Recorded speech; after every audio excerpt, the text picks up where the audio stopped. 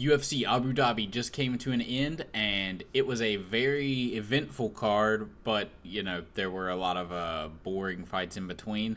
But there were a lot of surprising events, twists, turns that we didn't see coming. People won who you didn't think would. Had I trusted my heart on this card, my picks would have been so good, but I didn't trust my heart, and I trusted my brain, and that ended up not paying off for me. So, we'll see where I pick from here.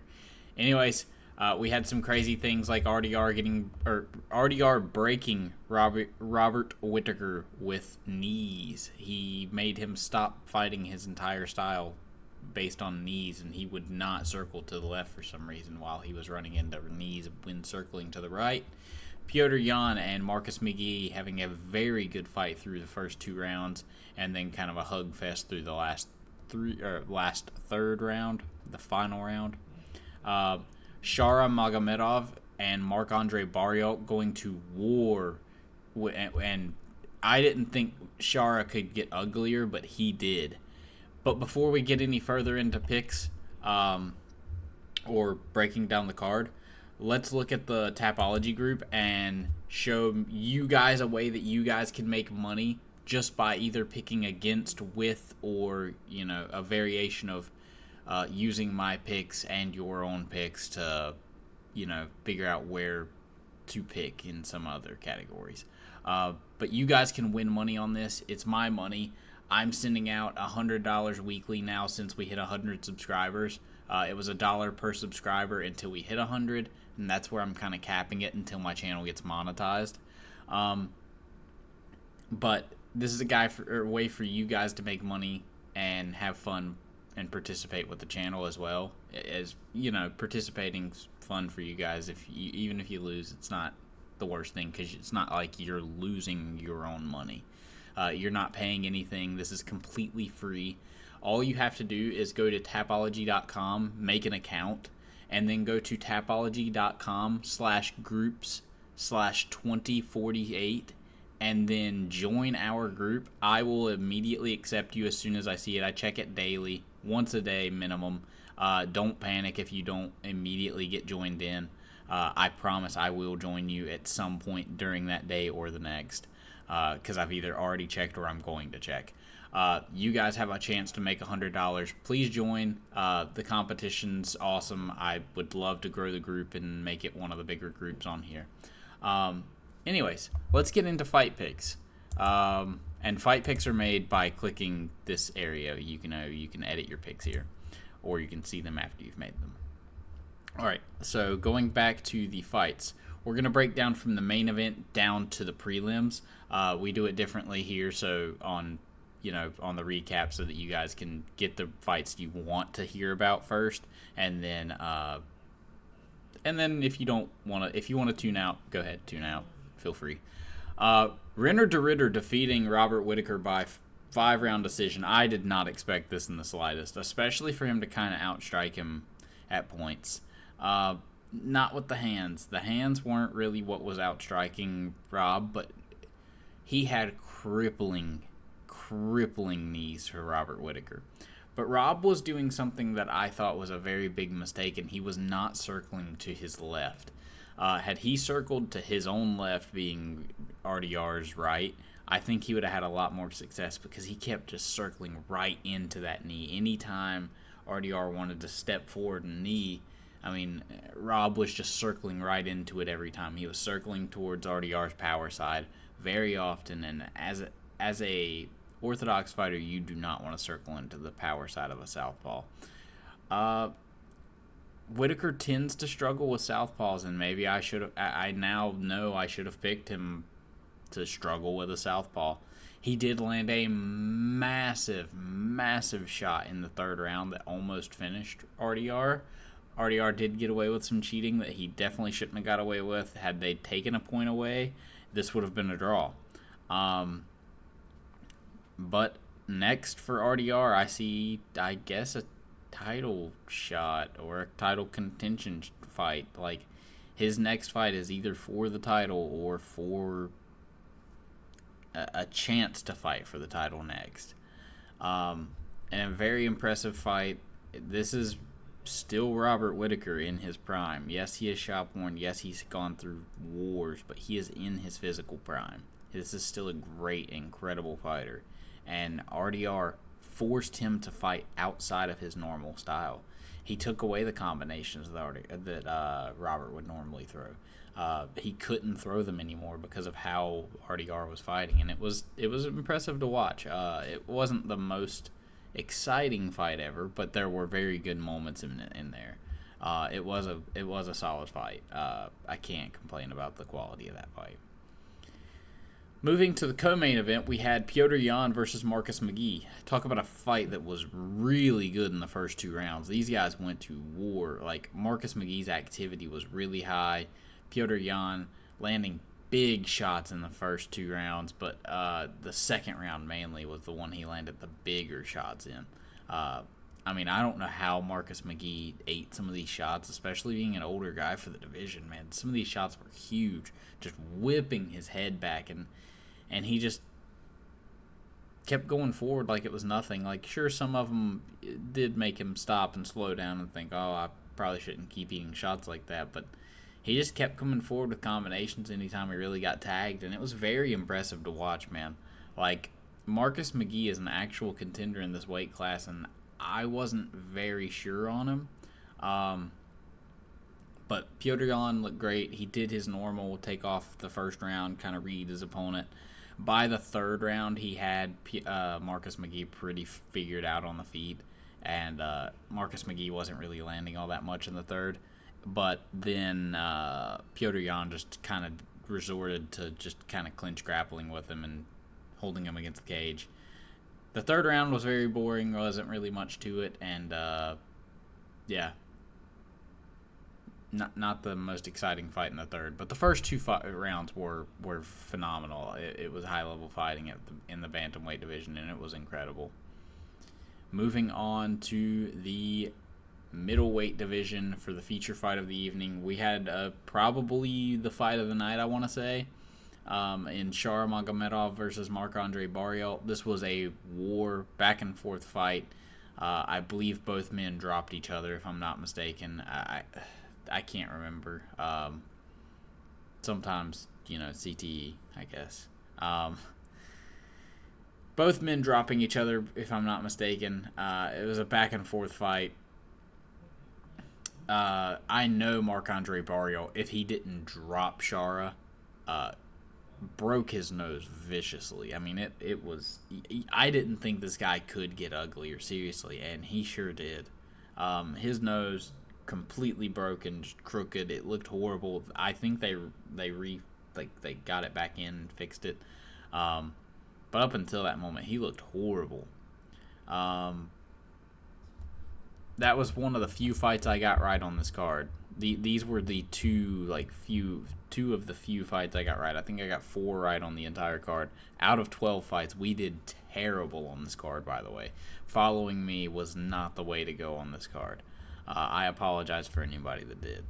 Asu Almobayev defeating Jose Ochoa. I should have picked I should have picked Almobayev to win by decision. I should have known he was going to grapple better than how he did against Manel Kape, especially against a guy who was coming in on 2 weeks' notice. But I thought that Jose Ochoa would be a little more prepared than he was. But it seems like maybe the weight cut got to him a little bit too, while also being a 2 weeks' notice kind of fight. His cardio wasn't quite there. Had it been there, I think he would have actually won the fight. But impressive performance from Asu Almobayev. It was definitely a fight I didn't think he was going to win. Even knowing that Ochoa was taking this on 2 weeks' notice, I just didn't think Almobayev was good enough to beat Jose Ochoa, which Ochoa had moments where had he just sacked up and gotten through it, he probably could have won the fight. Impressive performance from Asu. I want to see Ochoa back in there, but he needs to take some time off for sure.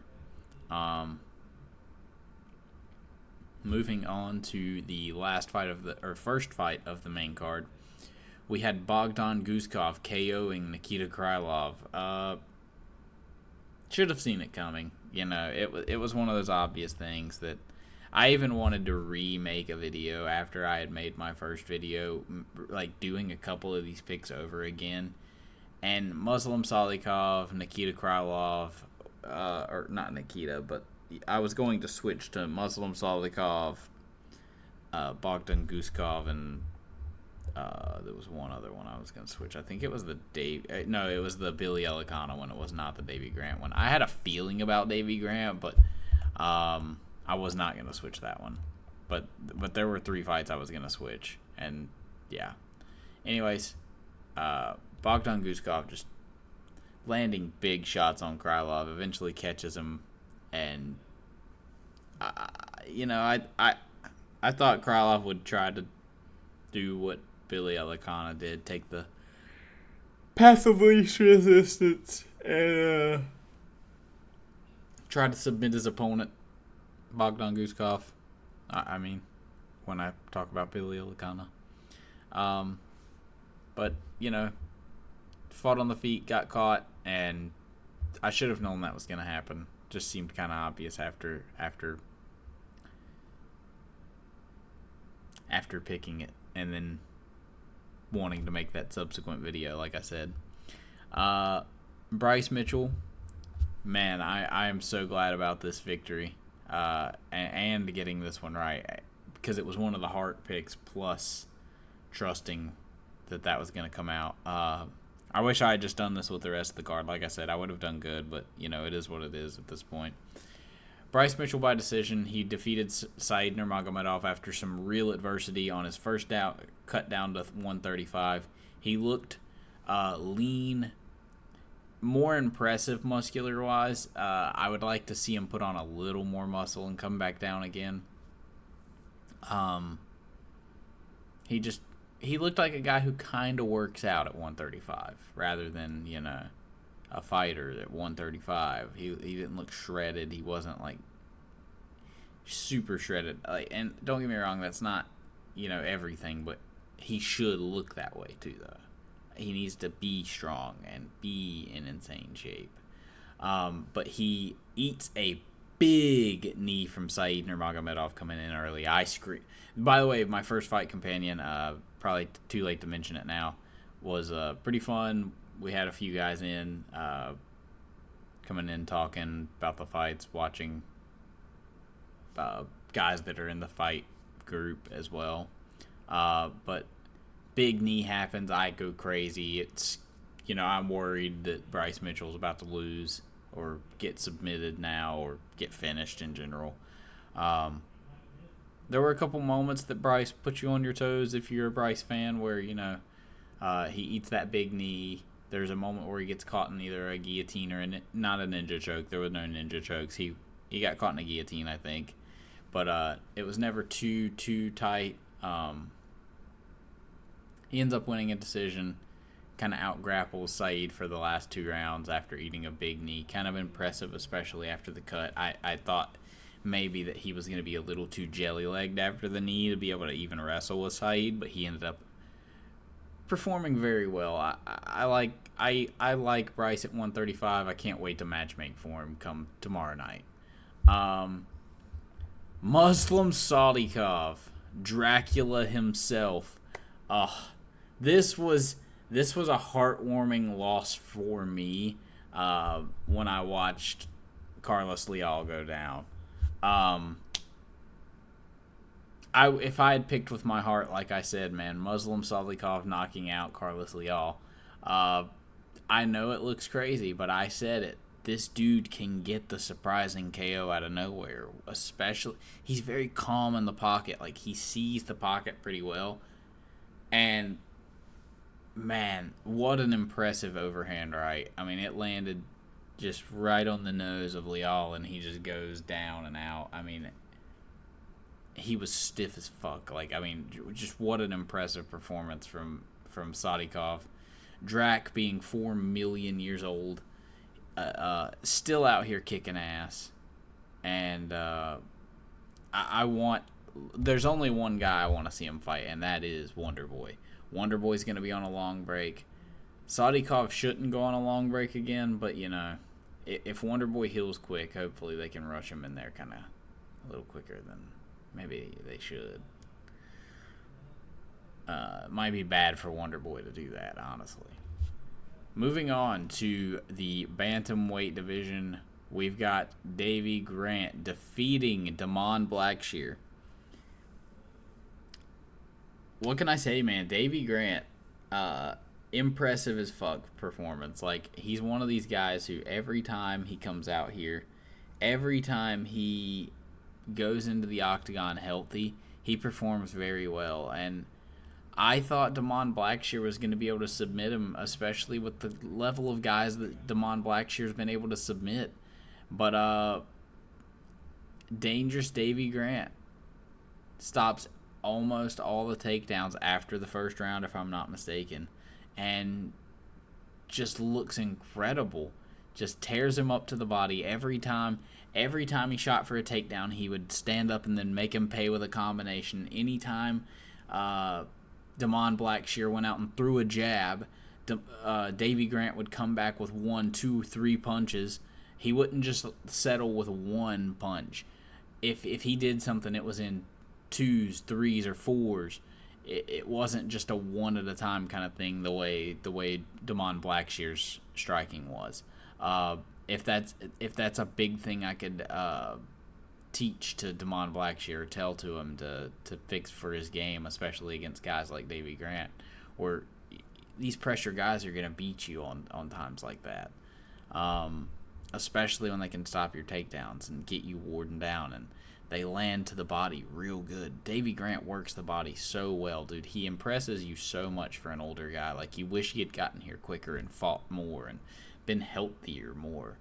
Like, it's just sad to see that his peak performance is still going on, and like how he could have been, I guess.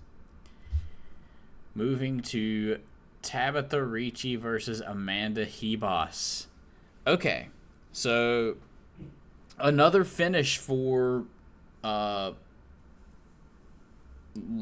level women's MMA, if you will, or unranked women's MMA. I think these are both unranked women. Tabitha Ricci, not an impressive performance, but an impressive finish.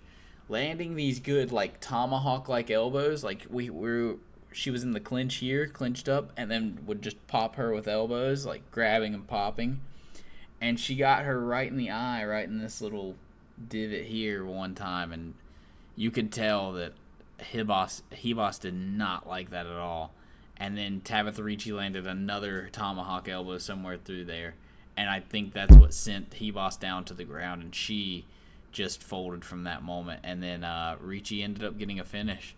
Impressive performance in a way. First round was not good, but that was from either fighter. But anytime you get a finish in women's MMA, you're always appreciative of it, and you don't really care how it goes. I picked Amanda Hebos by decision, and it's seeming like maybe she's at the end of her road. Maybe we don't pick her anymore. Billy Elikana defeating Ibo Aslan. I thought this was, when I was going to redo my video, I was going to pick Ibo Aslan to lose by submission. I was going to pick Billy Elikana submitting him. I was going to pick rear naked choke. I thought he was going to get to his back and then submit him. Billy Elikana just kind of beat him everywhere that the fight actually went. Looked better in every aspect. Ibo Aslan just looked way too timid. He didn't throw anything, and I think that was a result of how his last fight went, where Ion Cutelaba, anytime he was aggressive, just made him pay for it, either with big strikes or with wrestling. Ended up submitting him.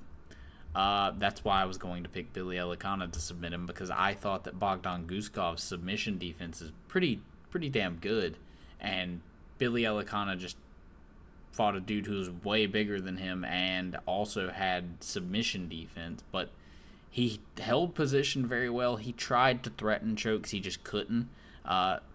Guskov's ground game's just good, and he showed it in this last fight where I picked him to be submitted, and then nothing like that happens.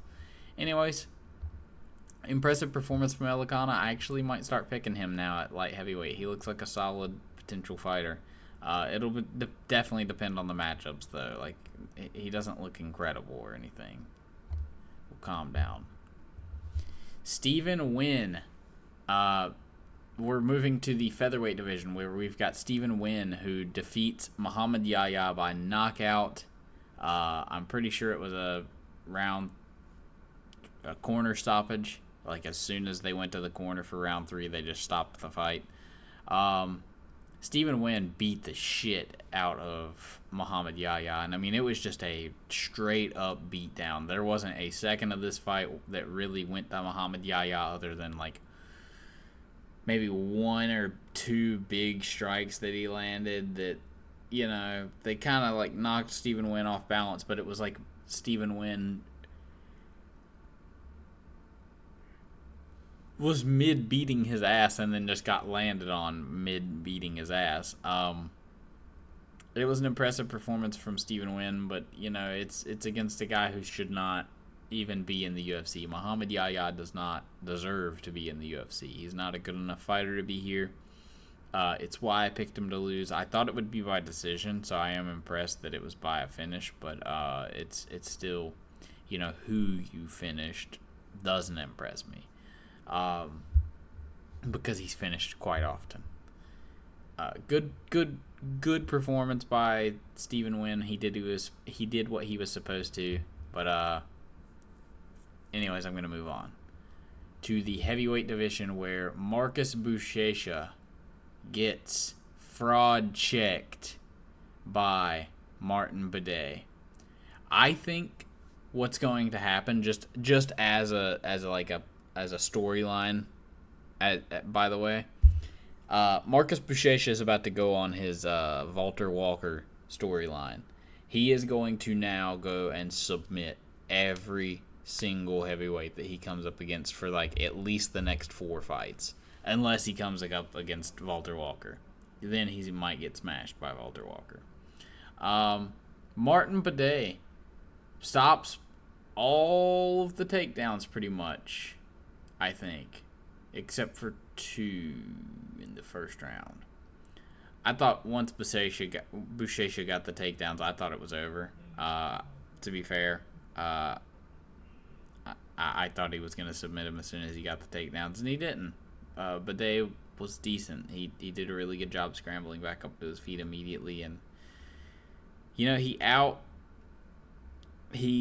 outperformed as a blob the more athletic looking man at heavyweight, and it was very impressive in that sense.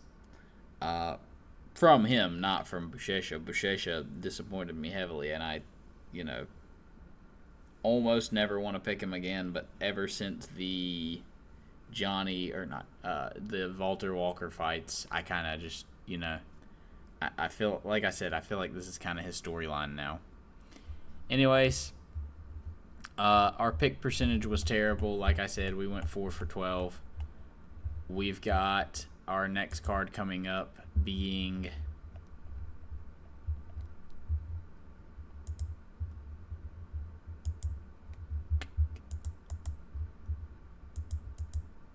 Tatsuro Taira versus Amir Albazi. That's going to be a great card. I mean, there are very, very good fights on this card. We can kind of peek at them real quick.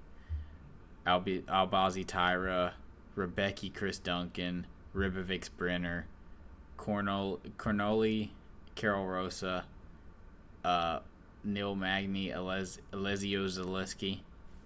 Like, these are really good fights. Danny Silva versus Kevin Vallejos. Incredible fights. Nick Klein, Pulaev, Fletcher, Rinya Nakamura. If Nakamura loses there, he's just cut him from the UFC. Rodolfo Vieira versus Tresean Gore. Felipe Bunez versus Rafael Estevim. And then Piera Rodriguez versus Caitlin Souza. Azamat Bakoya versus Yusuri Bulguri. That'll be a good fight. That's opening the card, apparently. Incredible. Can't wait for next week's card. Outside of the main event, it's going to be a banger. Like, comment, subscribe. Help us get monetized, and that pay goes up for everybody. And don't follow my picks, apparently. Anyways, guys, have a great rest of your day. I will see you guys for the every fight to make next video, and then we will do predictions for the Tyra card. Have a great day, guys.